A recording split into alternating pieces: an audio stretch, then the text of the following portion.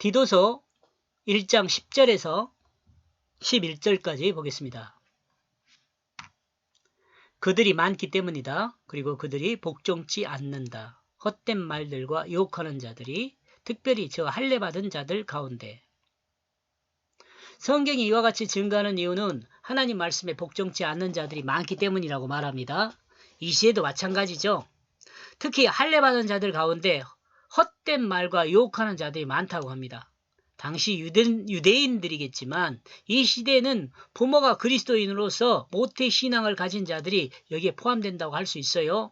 특히 한국 교회의 문제점은 복음과 믿음의 정확한 진리를 유대교와 혼용하여 가르쳤기 때문에 더욱 문제가 된 것이라고 저는 생각을 해요. 기독교를 유대교하고 이렇게 혼합해갖고 가르쳤어요.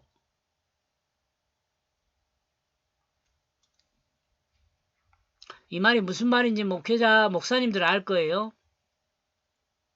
부모 온전한 신앙 교육을 받은 자녀들은 언제나 온전하겠지만 베이비붐 세대의 자녀들인 MZ세대 중에 신앙 교육보다 학교 교육이 우선되었던 자녀들은 현재 큰 갈등이 있을 것으로 생각됩니다. 베이비붐 세대의 자녀들인 이게 제가 베이비붐 세대거든요. 제가 이런 사람들의 자녀들은 이제 그 신앙 교육보다는 학교 교육이 우선되었어요. 대학 가기가 정말 힘들었거든요. 우리 자녀들은 고생 많이 했죠. 공부하느라고. 지금은 조금 수월해요. 물론 이제 의대 가고 뭐 조금 좋은 학과 가는 데는 좀 그렇지만 어렵지만 그래도 지금은 좀 뭐 심지어는 지금 대학교가 없어지고 있는 상황 아닙니까? 뭐 앞으로는 더 심해질 거 아니에요. 그렇게 자란 학교 교육이 우선되던 그런 자녀들은 현재 큰 갈등이 있을 것으로 생각합니다. 근데 사실 생각하면 저희 부모님은 뭐 그렇게 신앙이 깊은 건 아니고요. 뭐 제가 뭐 모태신앙이라고는 할 수 없어요. 그렇지만 자기가 알아서 신앙을 시작을 했거든요. 저 같은 경우도. 그런데 우리는 좀 그래도 신앙을 갖고 있는데 우리 자녀들한테는 좀 어려움이 많아요. 많은 갈등을 해요. 세상 살면서. 하나님보다는 세상이 더 가까운 사람들로 살고 있어요. 안타까움이 있어요. 세상의 헛된 말의 유혹을 너무 많이 받고 헛된 말의 유혹이요. 그 정체성이 흔들리고 있는 것 때문에 그렇습니다. 물질주의 그 중심에 서서 있기 때문에 그리스도인의 정체성을 유지하기는 더욱 힘들죠.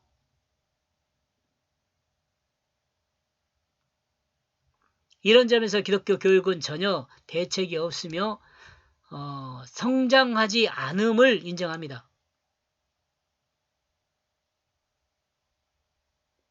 제가 뭐 신학교에서 신대원 그런 데서 배운 것도 뭐 캐티키즘이래 갖고 조직 신학이나 아니면은 뭐 교리나 배웠잖아요. 성경에 대해서 그렇게 배우질 않았어요. 제가 성경 교육을 조금 그래도 성경 교육같이 받았다라는 것은 글쎄요. 정은택 교수님이 조금 그 신학 하시면서 좀 복음서에 대한 부분들을 또 언급을 해주셨고, 뭐 이한수 교수님이 요한복음을 가르쳤는데 조금 뭐 그렇게 지금 와서 요한복음을 제가 공부한 걸로 보면 뭐 그렇게 신통치 않았다 그렇게 생각이 되는데, 아무튼 그 신학교에서 성경 교육을 좀 잘 가르쳤으면 좋겠다 그런 생각을 갖고 있어요. 뭐 조직 신학도 가르치긴 가르쳐야겠죠. 근데 아무튼 그래요.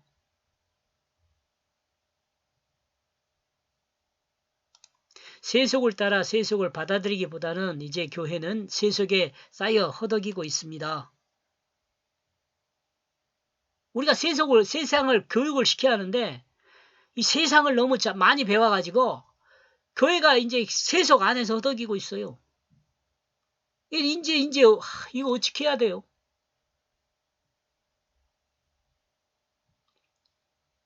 교회는 하나님의 자녀를 참 그리스도인으로 교육하지 않습니다. 세속을 따라 물질을 중심으로 한 교회로 성장했을 뿐 하나님의 뜻을 따라 성장하지 않았어요.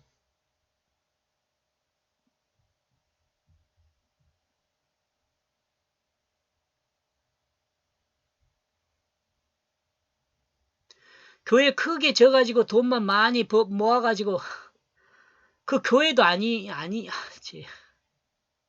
어떻게 말해야 하나? 안타까워.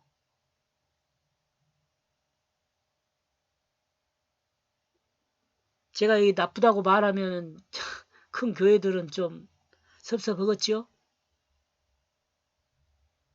근데 앞에서 말한 그런 것 장로들 다 점검할 수 있어요?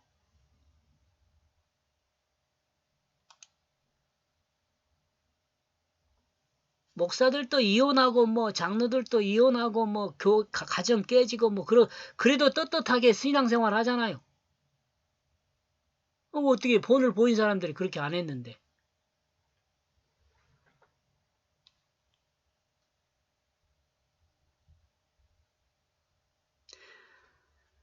자, 대안으로 좀 생각해 보면 교회 교육의 기본은 뭐냐? 진실하라 이러면 이거 엄청 많이 가르쳐야 한다고 저는 생각합니다. 진실하라. 최소한 세상이요. 그 예수 믿는 사람은 저 사람은 최소한 진실해 이렇게 가르쳐야 돼요. 저는 그렇게 생각해요. 세상을 향하여 예수 믿는 사람이 내세울 수 있는 것은 진실 하나밖에 없어요.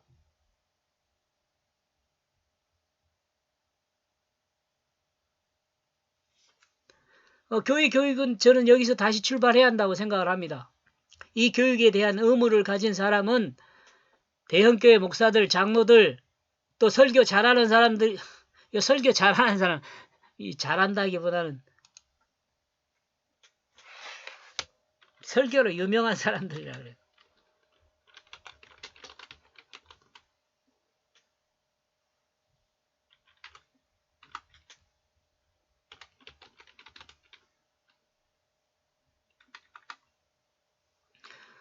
또한 설교로 유명하다는 이름이 있는 목사들, 이런 사람들이 좀 진실을 교육해야 돼요.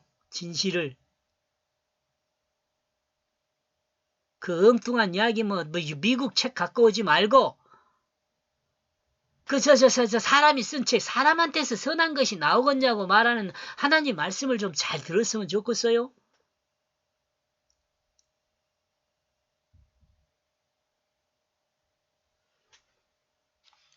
사람들 책 이야기 하지 말고 성경 말씀을 가가지고 진실해야 한다고 좀 가르쳐 주세요. 목사님들.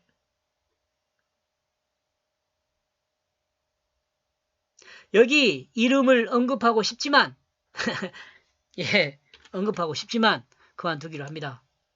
말한다 해도 귓등으로도 안 듣겠죠? 제 같은 말이 뭐 듣겠어요? 그래 어때요? 제가 말을 할 수밖에 없어요. 이름은 말하지 않지만 제가 의미를 전달하는 것은 이런 거예요. 연약한 이 사람이 다시 한번 하나님의 간섭을 간구하게 됩니다. 하나님이 간섭해 줘야죠 뭐. 하나님이 연약한 자를 불쌍히 여기사 하나님의 역사로 행하옵소서. 예수 아멘. 11절. 그들의 그 입을 막을 필요가 있다. 그들이 누구든 모든 집을 뒤집어 엎어지게 하고 있다. 그들이 가르치고 있는 어떤 것들로 부끄러운 재물을 취하는 것은 마땅치 않다. 헛된 말로 유혹하는 자들인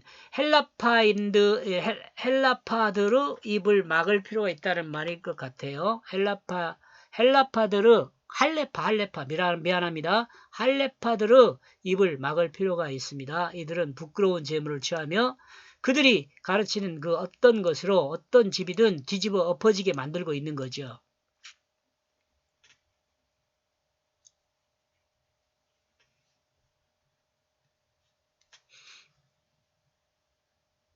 예, 많이 생각이 되죠? 목사님들이나 이단이나 막 지금은 막 답답합니다. 할례파라는 점을 생각하면 아마도 할례를 받아야 하나님의 백성이 된다고 그들이 가르쳤을 수 있습니다. 그러므로 이와 같은 가르침과 함께 할례를 행하고 다녔을 수 있습니다. 그리고 할례를 행한 후에 제물을 요구했을 수 있죠. 이 부분은 부당한 것입니다. 세례받고 헌금 내고 막 그런 것들도 다 포함돼요. 헌금 요구하고 그런 건 곤란해요. 이 내용과 관련하여 이 시대 교회 안에서 일어난 일에 대한 그 설명은 하지 않겠습니다. 모두가 짐작하여 알 수 있는 내용이기 때문에 그렇습니다. 다만 성경은 이것에 대하여 부끄러운 제물이라고 분명하게 말하고 있음을 우리는 기억해야 합니다. 여기까지 보겠습니다. 고맙습니다.